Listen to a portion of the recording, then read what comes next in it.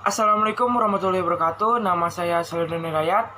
Saya dari kelas 11 IPA dan saya kelompok 1 tentang momen gaya dan momen inersia.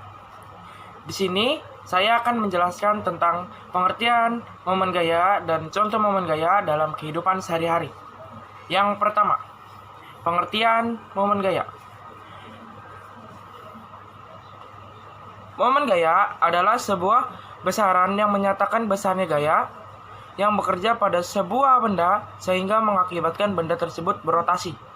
Besarnya momen gaya atau torsi tergantung pada yang dikeluarkan serta jarak antara sumbu putaran dan letak gaya.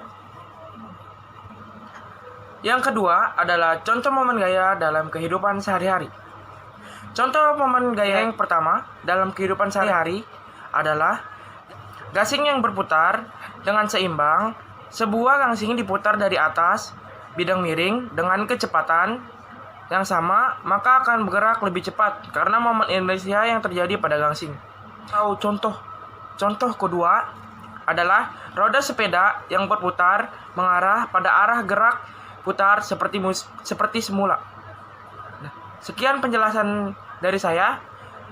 Wassalamualaikum warahmatullahi wabarakatuh. Assalamualaikum warahmatullahi wabarakatuh. Perkenalkan, nama saya Ayu Aulia Irawan. Saya dari kelas 11 IPA dan dari kelompok 1. Dan menjelaskan tentang hubungan momen gaya dengan lengan momen. Lengan momen merupakan panjang garis yang ditarik dari titik poros sampai memotong tegak lurus garis kerja vektor.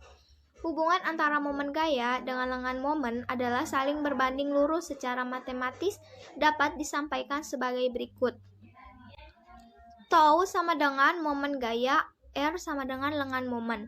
Syarat, panjang garis harus tegak lurus terhadap gaya. Bergantung pada sisi titik acuan atau poros di bendanya. Momen gaya atau torsi merupakan besaran vektor sehingga dapat dinilai positif maupun negatif. Torsi akan bernilai positif jika arah putarannya berlawanan jarum jam dan akan bernilai negatif jika arah putarannya searah jarum jam. Assalamualaikum warahmatullahi wabarakatuh. Perkenalkan, nama saya Martiana dari kelas 11 IPA. Di sini saya akan menjelaskan tentang hubungan momen gaya dengan gaya. Nah, kali ini kita akan melihat nih bagaimana hubungan atau pengaruh besar kecilnya gaya yang kita berikan terhadap momen gaya yang dihasilkan. Apakah hubungannya sama seperti lengan momen dengan momen gaya ya, yaitu berbanding lurus, atau mungkin berkebalikannya ya teman-teman? Nah, besar kecilnya momen gaya yang dihasilkan sama dengan besar kecilnya gaya yang kita berikan. Secara matematis dapat disampaikan sebagai tau sebanding dengan F mutlak, di mana tau mengartikan momen gaya dan F mutlak mengartikan besarnya dari gaya yang diberikan, teman-teman. Ingat ya, di sini yang kita tinjau hanya besarannya saja. Kenapa? Karena F merupakan besaran vektor yang mana arahnya dapat mempengaruhi besar kecilnya momen gaya yang dihasilkan. Oleh karena itu, di sini diberi tanda mutlak karena hanya meninjau besaran saja. Sekian dari saya. Wabillahi taufiq wal hidayah. Wassalamualaikum warahmatullahi wabarakatuh. Assalamualaikum warahmatullahi wabarakatuh. Nama saya Anggita Jeli Puspita dari kelas 11 IPA. Oke teman-teman, sebelumnya kita sudah mengetahui ya, hubungan besaran-besaran seperti lengan momen dan gaya terhadap momen gaya yang dihasilkan. Nah, kali ini kita akan menggabungkan hubungan-hubungan tersebut menjadi suatu formula dari momen gaya. Kira-kira seperti apa ya formulanya? Lanjut tonton videonya sampai selesai ya. Oke, pertama-tama mari kita ingat kembali nih hubungan-hubungan antara lengan momen dan gaya terhadap momen gaya yang dihasilkan yang telah kita ketahui sebelumnya, yaitu tau sebanding dengan besarnya R, lalu tau sebanding dengan besarnya F. Nah teman-teman, jika kedua hubungan ini kita gabungkan, maka kita akan mendapatkan tau itu sama dengan besarnya R dikalikan dengan besarnya F. Atau bisa juga tau sama dengan R dikalikan F. Nah, di mana lengan momen gaya yang diberikan di sini kondisinya harus lasaring saling tegak lurus.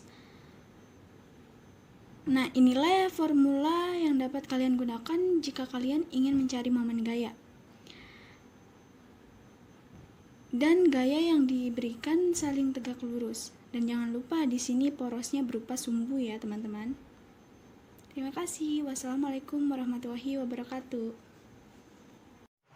Halo teman-teman, saya Van Grisela dari kelas 11 IPA bakal ngejelasin arah momen gaya. Sama kayak presentasi yang tadi tuh, mengenai momen gaya. Cuman perbedaannya, kita akan membahas arah atau vektor. Arah sama vektor itu kan sama kan? Jadi di momen gaya juga terdapat vektor atau arah. Nah, sebelumnya tadi kita udah tahu kan konsep dari momen gaya itu apa aja. Rumusnya ada tau sama dengan R atau lengan dikali F atau gaya dengan sin theta, ya kan? Nah, ada dua acuan yang bakal bisa ngejelasin arah momen gaya. Yang pertama, ada kaidah tangan kanan dan juga putaran sekrup. Nah, ini dia dua acuan itu. Nah, sekarang acuan pertama yaitu kaidah tangan kanan. Yang kalau kita lihat di soal ada yang kayak gini, ya kayak gini. Terus ada tanda panahnya dan ada juga yang kayak gini. Nah, aku jelasin yang ini ya. Untuk telunjuk, ini telunjuk, ia disebut dengan gayanya. Terus kalau yang ini jari tengah disebut sebagai lengan momennya. Dan jempol atau ibu jari ini disebut arah putarnya. Nah, ibu jarinya keluar dari bidang nih atau berlawan arah bisa disebut sebagai positif. Ibu jari masuk ke dalam mata Sarah disebut negatif. Nah, tadi dia kaidah putaran tangan kanan. Sekarang putaran sekrup.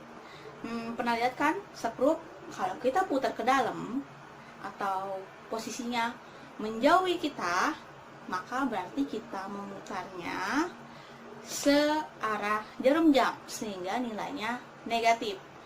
Nah, bila kita putar keluar sehingga posisinya mendekati kita, maka nilainya positif dan gayanya berlawanan jarum jam. Itu dia putaran sekrup. Nah, terima kasih sudah melihat video saya. Sebentar lagi ada video lagi nih habis ini. Disimak ya.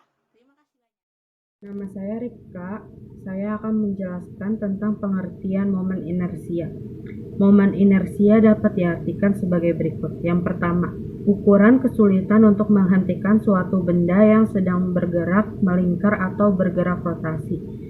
Yang kedua, kecenderungan suatu benda untuk mempertahankan keadaan gerak melingkar atau gerak rotasinya. Apa kaitannya momen inersia dengan inersia? Kalau inersia adalah kelembaban untuk gerak transiasi atau pergerakan yang sifatnya lurus atau linier, sedangkan momen inersia merupakan kelembaban untuk gerak rotasi atau pergerakan yang sifatnya muter dari poros. Sekarang saya akan menjelaskan tentang rumus momen gaya berdasarkan bentuk benda. I sama dengan km R pangkat 2. I sama dengan momen inersia atau kgm pangkat 2. K sama dengan konstanta bentuk. M sama dengan massa atau kg. R sama dengan jari-jari atau m. Bola penjal sama dengan I sama dengan 2/5 m per R pangkat 2. Bola berongga sama dengan I sama dengan 2/3 mr pangkat 2.